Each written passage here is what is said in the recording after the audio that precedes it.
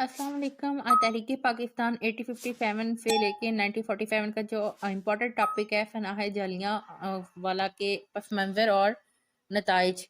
میرے چینل پہ اس جو بک کی نا سارے امپورٹنٹ بک آپ کو ٹاپکس ملیں گے، تو پوری ویڈیو کو غور سے دیکھیے گا، کیونکہ میں نے درمیان میں امپورٹنٹ پوائنٹ لکھے ہوتے ہیں جو ایگزام میں اگر آپ لکھیں گے تو آپ کو اس کی زیادہ فائدے بھی ہوں گے اور نمبر بھی اچھے ملیں گے۔ تو چلتے ہیں اپنے لیکچر کی طرف۔ برطانوی حکومت ہند 23 مارچ 1919 کو رفاع زمانہ رولٹ ایکٹ منظور ہوا۔ اس کے تحت کسی بھی ہندوستانی کو بغیر وجہ بتائے گرفتار کیا جا سکتا تھا اور استخفا الزام ثابت کیے بغیر ملزم کو سزا دلوا سکتا تھا۔ اس ایکٹ کی منظوری نے ہندوستانیوں کے جذبات کو مشتعل کیا۔ ملک بھر میں احتجاج اور جلوس شروع ہو گئے۔ 13 اپریل 1919 کو امرتسر کے شہریوں نے ایک احتجاجی جلسہ جلیانوالہ باغ میں منعقد کیا۔ جنرل ڈائریکٹر کے حکم پر جلسہ گاہ میں گولیاں چلا دی گئی، جس کے نتیجہ میں سینکڑوں افراد ہلاک اور ہزاروں زخمی ہو گئے۔ یہ واقعہ جلیانوالہ باغ کا حادثہ کہلاتا ہے۔ برصغیر میں برطانوی سامراجیت کے چہرے پر ایک سیاہ دھبہ ہے۔ اچھا، اب اس کے جو ہے نا اسباب کو ڈسکس کرتے ہیں۔ اچھا، اس کے اسباب میں جو آتا ہے نمبر 1 پہ رویلٹ ایکٹ کی منظوری۔ جلیانوالہ باغ کے حادثہ کی ایک اہم اور فوری وجہ رویلٹ ایکٹ کی منظوری تھی۔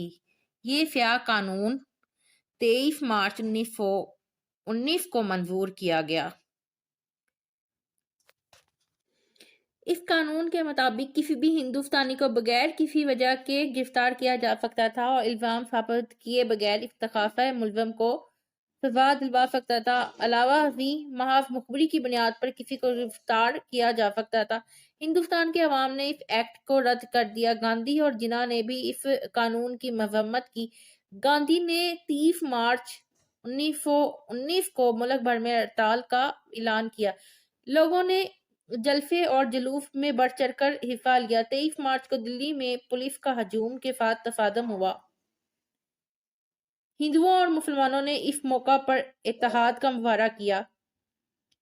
پنجاب کے گورنر مائیکل ایڈوائر نے ہنگاموں کے ڈر سے امرتسر میں فوجی دستے تعینات کر دیے۔ اپریل کے پہلے ہفتے میں ملک کے تمام اہم شہروں میں عوامی جلسے اور جلوس میں تیزی آ گئی۔ 10 اپریل کو لاہور میں پولیس نے جلوس پر گولیاں چلا دیں۔ پھر آتا ہے جبری فوج بھرتی۔ پہلی جنگ عظیم 1914 تا 1918 کے دوران برطانوی حکومت میں جرمنی کا مقابلہ کرنے کے لیے ہندوستانیوں کو جبری فوج میں بھرتی کیا۔ اس مقصد کے لیے تمام جائز اور ناجائز حربے استعمال کیے گئے۔ پنجاب کے گورنر نے پٹواری سے لے کر ڈپٹی کمشنر تک تمام سرکاری اہلکار کو اس کام پر لگا دیے۔ کئی نوجوانوں کو انعامات کا لالچ دیا گیا اور کہیں کو تحفظات ہند کے تحت ڈرا دھمکا کر کام نکالا گیا، حتیٰ کہ قیدیوں کی سزائیں معاف کر کے ان کو فوج میں بھرتی کیا گیا۔ ان اقدامات سے لوگوں کے دلوں میں حکومت برطانیہ کے خلاف نفرت کے جذبات پیدا ہو گئے، جو 1919 میں جلسے اور جلوس کی شکل میں نمودار ہوئے۔ پھر آتا ہے برطانوی حکومت کی سخت گیری۔ برطانوی حکومت کی سخت گیری کے بارے میں ابھی ہم پڑھیں گے۔ جو اس کا پوائنٹ ہے، برطانوی حکومت نے 1857 کی جنگ آزادی کے بعد حکومت کا نظم و نسق چلانے کے لیے سخت گیر حکمت عملی اختیار کی اور مقامی باشندوں کے جذبات و احساسات کو نظر انداز کرتے ہوئے امتیازی اور جابرانہ قوانین تشکیل دیے۔ مارچ 1919 میں منظور کیا جانے والا ریولٹ ایکٹ بھی اس سلسلے کی ایک اہم کڑی تھا۔ ہندوستان کے عوام نے جب اس سیاہ قانون کے خلاف احتجاجی جلسے منعقد کیے اور جلوس نکالے تو حکومت ہند نے غیر مسلح لوگوں پر گولیاں چلا دیں۔ مثال کے طور پر 30 مارچ 1919 کو دلی میں پولیس نے پرامن مظاہرین کے ساتھ تصادم کی حکمت عملی اپنائی۔ جو یہ وہ لوگ تھے، مطلب اس کا مطلب یہ ہے کہ وہ لوگ تھے جو صرف اپنے حق کے لیے لڑ رہے تھے، کوئی توڑ پھوڑ نہیں کر رہے تھے، تو اس دور کی حکومت نے ان پر گولیاں چلوا دی۔ جب ملک کے طول و عرض میں لوگوں نے ریولٹ ایکٹ کی منظوری کے خلاف احتجاج کیا تو حکومت ہند نے کئی مقامی سیاسی رہنماؤں مثلاً گاندھی، سیف الدین کچلو اور ڈاکٹر سیتا پال کو گرفتار کر لیا۔ لوگوں نے ان گرفتاریوں کی مذمت کی اور ان کی رہائی کا مطالبہ کیا۔ پھر آتا ہے معاشی ابتری۔ پہلے جنگ عظیم کے فوراً بعد روزمرہ استعمال کی اشیاء کی قیمتوں میں بہت اضافہ ہوا۔ اس کے مقابلہ میں ملازمین کی تنخواہیں اور اجرتیں وہیں رہیں۔ گھرانی نے تنخواہ دار طبقے کی کمر توڑ دی، مطلب حکومت نے جو پالیسیاں اپلائی کی تھی، جیسے آج بھی ایسے ہوتا ہے آیا ہے ہمارے ساتھ، مطلب یہ شروع سے ہی ایسا ہے کہ اکثر کیا کہتے ہیں مطلب نا چیزوں کی جو روزمرہ اشیاء کی جو چیزیں ہوتی ہیں نا، ان کی قیمتیں بڑھا دیتے ہیں اور تنخواہیں ایسی ہیں۔ یہ بہت پرانا مسئلہ ہے۔ علاوہ ازیں فوجی بھرتی سے زرعی پیداوار میں کمی واقع ہو گئی۔ پھر آتا ہے مارشل لا کا نافذ۔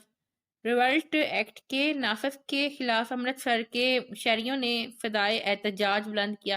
اس سلسلے میں 10 اپریل 1919 کو جب حکومت نے سیتا پال اور ڈاکٹر سیف اللہ خان کچلو کو گرفتار کر لیا تو امرتسر کے لوگوں نے ایک احتجاجی جلوس نکالا۔ لوگوں نے جلوس کے شرکاء پر فائرنگ کی تو ہجوم مشتعل ہو گیا۔ اس نے بے قابو ہو کر چند بینکوں کی عمارت کو نذر آتش کر دیا اور چند انگریزوں کو لاٹھیاں مار مار کر موت کے گھاٹ اتار دیا۔ کمشنر لاہور ڈویژن نے امرتسر پہنچ کر فوج کی بحالی کے اور اختیارات دیے فوج کو، اور 11 اپریل 1919 کو جلندھر چھاؤنی کی general officer commanding brigadier general Dyer نے امرتسر پہنچ کر مارشل لا نافذ کر دیا۔ لوگوں نے حکومت کے اقدامات کی بھرپور مذمت کی۔ امرتسر میں مارشل لا کے نافذ نے شہر کی فضا میں کشیدگی پیدا کر دی۔ لوگوں نے مارشل لا کی پرواہ نہ کرتے ہوئے جلسے اور جلوسوں کا سلسلہ جاری رکھا۔ 13 اپریل 1919 کو امرتسر کے وکیل کنہا لال کی صدارت میں جلیاں والا باغ میں ایک خصوصی احتجاجی جلسے کا اہتمام کیا گیا۔ جلیاں والا باغ دراصل 100 گز چوڑا اور 200 گز لمبا میدان تھا جو کہ 3 اطراف میں مکانوں سے گھرا ہوا تھا، صرف ایک جانب سے آنے کے لیے تنگ رفتہ تھا۔ جلسہ کے روز سپہر کے وقت تقریباً 30,000 افراد کرفیو کی خلاف ورزی کرتے ہوئے جلیاں والا باغ میں جمع ہو گئے اور جلسہ کی کارروائی کا آغاز شروع کر دیا۔ جب ڈائریکٹر کو اس جلسہ کی اطلاع ملی تو اس نے غصے کی کوئی انتہا نہ رہی۔ جلسہ کو منتشر کرنے کے لیے 200 سے زائد مسلح افواج کو ہمراہ کیا وہ جلسہ گاہ میں پہنچ گئے۔ اس وقت 5واں مقرر اپنے جذبات کا اظہار کر رہا تھا۔ ڈائر نے لوگوں کو حکم دیا کہ وہ 2 منٹ کے اندر جلسہ گاہ سے نکل جائیں، مگر ایسا نہ ہوا۔ حکم جاری کرنے کے فوراً بعد اس نے جلسہ کے شرکاء پر گولیاں چلانا شروع کر دی۔ چند منٹوں کے اندر مشین گنوں نے تقریباً 1700 گولیاں برسائیں۔ اس کے نتیجہ میں 300 سے زائد افراد ہلاک اور ہزاروں زخمی ہو گئے۔ فائرنگ کے ہلاک شدگان کو اٹھانے اور زخمیوں کی مرہم پٹی کرنے کی اجازت نہ دی گئی۔ جلیانوالہ باغ کے حادثہ کی خبر جب دوسرے شہروں میں پہنچی تو ملک بھر کے لوگوں کو اس پہ غصہ ہوئے اور غم کا اظہار کیا۔ حکومت نے عوامی احتجاج اور رد عمل پر قابو پانے کے لیے پنجاب کے صوبہ میں مارشل لا لگا دیا۔